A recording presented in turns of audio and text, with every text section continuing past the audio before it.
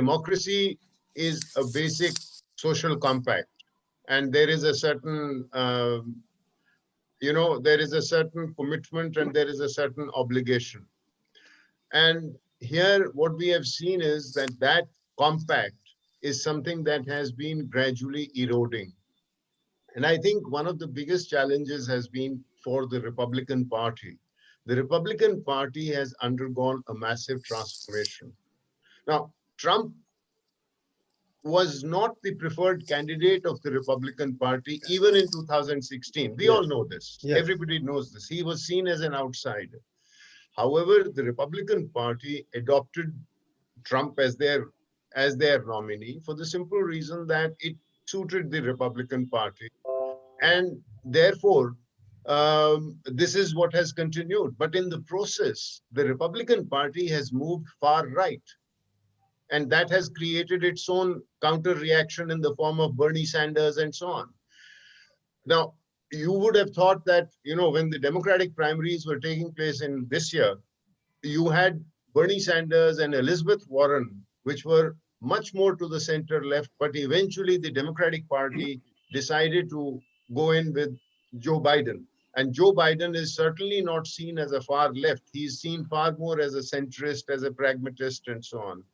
Now, this is the kind of readjustment of the bipartisan politics. See, US has traditionally followed a two-party system in their election.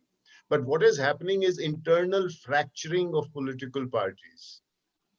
So somewhere along the way, I think what we are going to see eventually is a breakdown of the two-party system in the United States. You are going to see over a period of time, I think politics in the US, due to a variety of reasons, and Prabhu, I think media also plays a part in it, including social media, including Google that you referred to.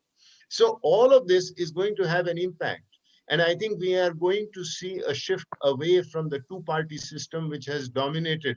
In fact, when the first election took place and George Washington became the first president of the United States in 1789, at that point, you didn't have political parties in the US. Political parties evolved separately and subsequently.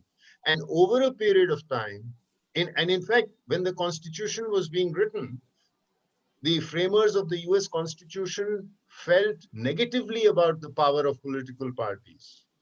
But eventually, political parties evolved, two political parties emerged, the Republicans in their current form and the Democrats. And then they became more and more powerful. And then they dominated the whole primaries and the electoral system and so on.